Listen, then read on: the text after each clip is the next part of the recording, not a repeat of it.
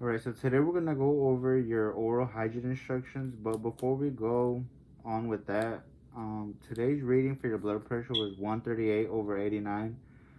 That's a little bit high. Normal blood pressure is 120 over 80, but since you haven't been here in a couple of years, you're probably just nervous. That's why it's high.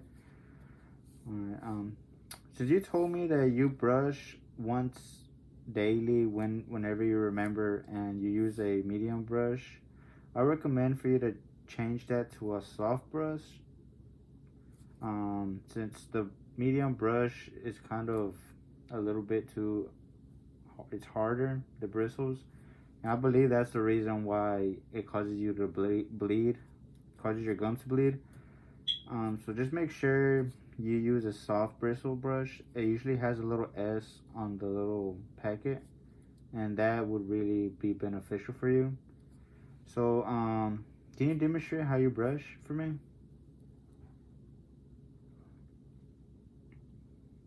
Okay. All right. So you were doing good. I'm gonna demonstrate.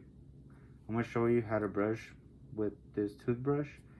All right. So whenever you brush, make sure you angle the toothbrush at a 45-degree angle and use short vibrating strokes underneath the gum line, like towards the gum line.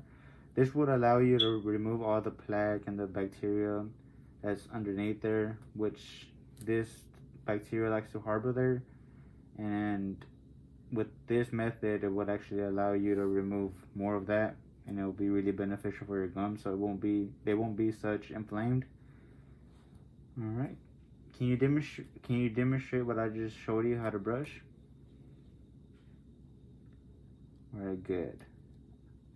But like I told you, just make sure you use light pressure. Don't use too much pressure, because if you use too much pressure, it's gonna damage your gums, and you're pretty much just gonna be causing them to bleed, like you said.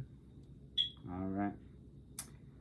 So, like I told you, we recommend you to brush twice daily, at least one time in the morning and one time at night before you go to bed, for at least 2 minutes. So normally, I know it sounds like a lot, it sounds like a long time, but it's 30 seconds on the front top teeth, 30 seconds on the back of them, and underneath 30 seconds in front and 30 seconds in the back, and that equals 2 minutes. Normally you can just listen to your favorite song and it'll make the time go faster. All right, so do you floss by any chance? No. All right, so whenever you floss, we recommend that you get arm's length of floss, and this would be like the good amount for you.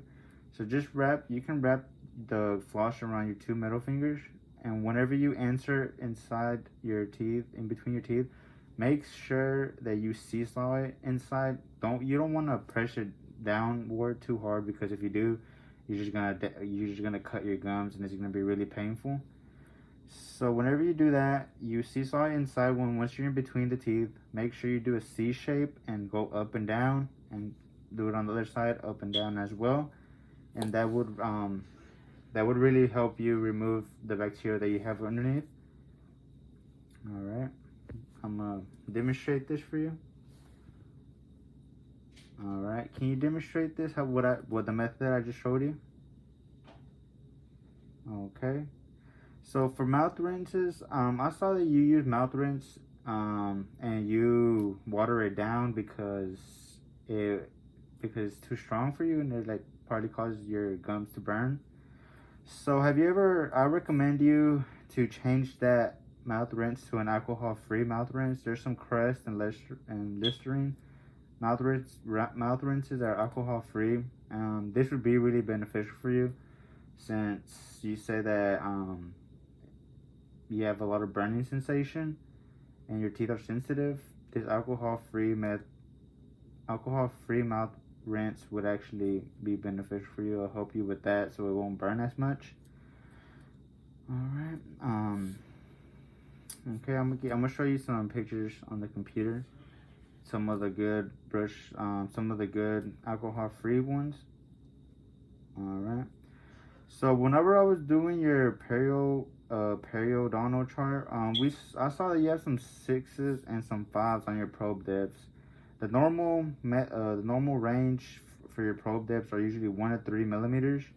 So this means that you're getting pockets since they're going to 6s and 5s. These pockets, the bacteria likes to harbor in there, and this can pretty much can cause gingivitis or perio. So this is like gingivitis. It's whenever your gums are inflamed, and it's reversible. We can fix that. But once it gets into perio, so like you can start losing your bone, and that's not reversible. Only if you get like a bone graft, but it's really expensive. All right.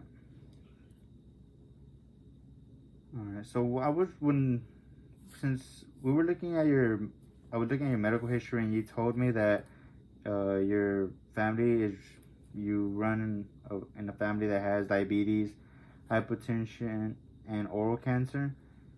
I was wondering, have you ever checked with a doctor for any of those conditions that you could possibly have?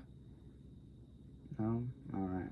So, diabetes and hypertension, and since you smoke as well, this is one of the three major things that perio pretty much attacks in a way. Like, it's attracted to that. So like I said, so perio is the disease when you start losing bone loss and your gums start to recede downward and you start losing your teeth. So just make sure that if to check with your doctor, make sure you don't have any sort of diabetes or hypertension or oral cancer lesion. But since whenever I was doing your intraoral exam, I noticed that you have like you told me, you have that white lesion. I'm actually gonna talk to my dentist, and so he can double check that, just because it could be many things, and just to be more on the safe side, I'll let him examine that for you. All right. So on your X-rays, do you see on your lower right, on the molar area, do you see that there's like bone loss? So do you see this little area right here with the teeth? So I'm gonna show you. This is where your gums with the bone used to be at a normal range, but you saw that it lowered down a little bit.